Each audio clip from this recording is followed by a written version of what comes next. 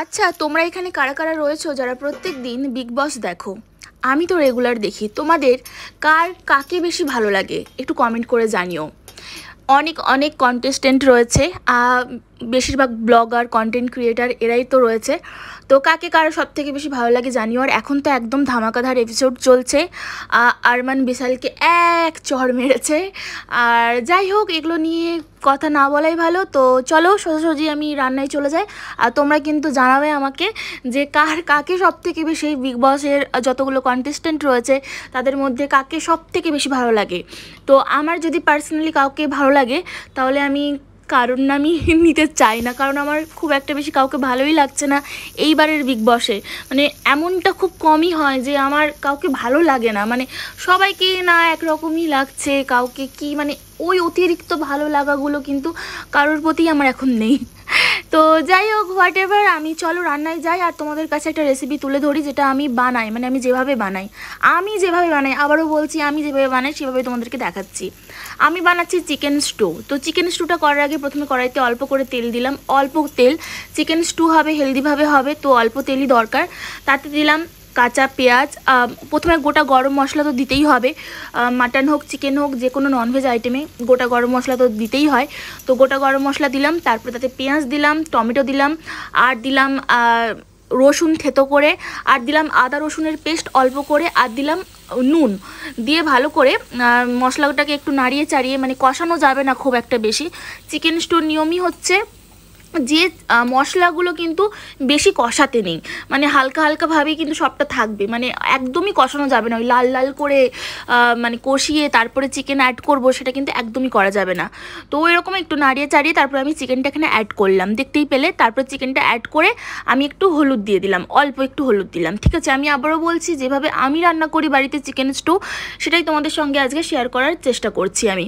তো এইভাবে নাড়িয়ে চাড়িয়ে হলুদটা দিয়ে তারপর এখানে প্লেটে রয়েছে অনেক সবজি, যেমন পেঁপে আছে, গাজর আছে, ক্যাপসিকাম রয়েছে, আর রয়েছে আলু। সবকটাই কিন্তু আমি লম্বা লম্বা করে কেটে নিয়েছি। এই দেখো, প্লেটটা তুলে কিন্তু তোমাদের কাছে ভালোভাবে তুলে ধরছি।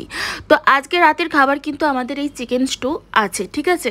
তো এই দেখো, আমি কিন্তু প্রত্যেকটা জিনিসকে জাস্ট 5 মিনিটের জন্য কষিয়ে নিয়েছি, মানে ওই মশলার সাথে চিকেনটা দিয়ে একটু হলুদ, নুন, এই সমস্ত কিছু দিয়ে আর কি একটু 5 মিনিট আমি কিন্তু ঢাকা দিয়ে রেখেছিলাম।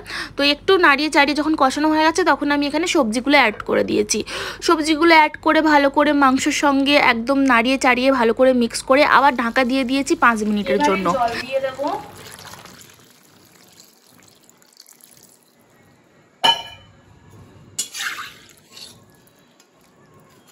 এটা কিন্তু দেখতে এরকমই হয় আর খেতেও ভালো লাগে, আর শরীর স্বাস্থ্যের জন্য কিন্তু ভীষণই ভালো। এই চিকেন স্টুটা শরীর স্বাস্থ্যের জন্য ভীষণ ভীষণ ভালো। তো এই দেখো, জল তো দিয়ে দিলাম।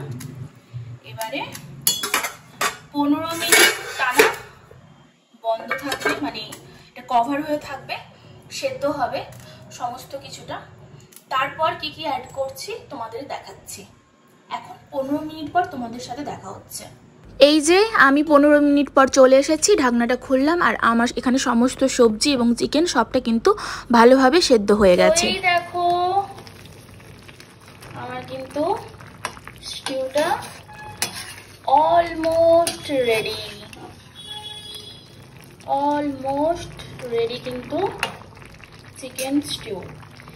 তো আর জাস্ট 5 মিনিট আমি ফোটাবো। তো সেই 5 মিনিট আমি এই জিনিসগুলো অ্যাড করে ফোটাবো। দেখো, আমি আমার মতন স্টাইলে রান্না করি, তো আমি যেভাবে রান্না করি আমি সেভাবেই দেখাচ্ছি, ঠিক আছে। ধনে পাতাটা আমি খুব ভালোবাসি, ননভেজ রান্না হবে আর তার ধনে পাতা পড়বে না, এটা আমার একদম ভালো লাগে না। তো সেই কারণে আমি এখানে অল্প করে ধনে পাতা অ্যাড করছি। তো এই ধনে পাতা দিলাম, আর এরপর যেটা অ্যাড করবো সেটা হচ্ছে যে